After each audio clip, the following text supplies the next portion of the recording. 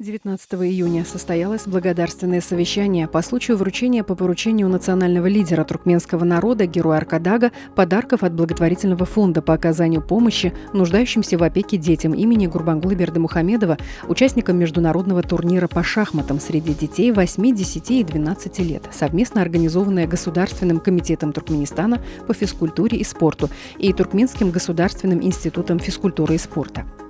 Международный шахматный турнир, в котором приняли участие более 120 спортсменов из 11 стран мира, прошел на высоком организационном уровне. По итогам соревнований, организованных в Ашхабадской специализированной шахматно-шашечной школе, первое место заняла сборная Туркменистана, завоевавшая 7 золотых, 6 серебряных и 6 бронзовых медалей.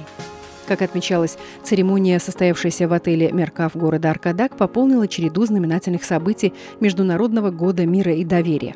Выступавшие в ходе благодарственного совещания подчеркивали, что в эру возрождения новой эпохи могущественного государства усилия, предпринимаемые на государственном уровне по развитию в нашей стране массовой физкультуры и спорта высших достижений, дают свои положительные результаты. Команды молодых спортсменов нашей страны активно участвуют в международных соревнованиях по различным видам спорта и добиваются высоких результатов. В этой связи следует отметить, что в различных уголках страны построены современные спортивные комплексы и многофункциональные стадионы, а размещение многофункциональных спортивных площадок в жилых комплексах определено как важное требование. Это, в свою очередь, способствует повышению интереса молодежи, обучающейся по различным направлениям, и школьников к спорту высших достижений. Таким образом, следует отметить, что число молодежи, занимающейся различными видами спорта, в том числе шахматами, неуклонно растет.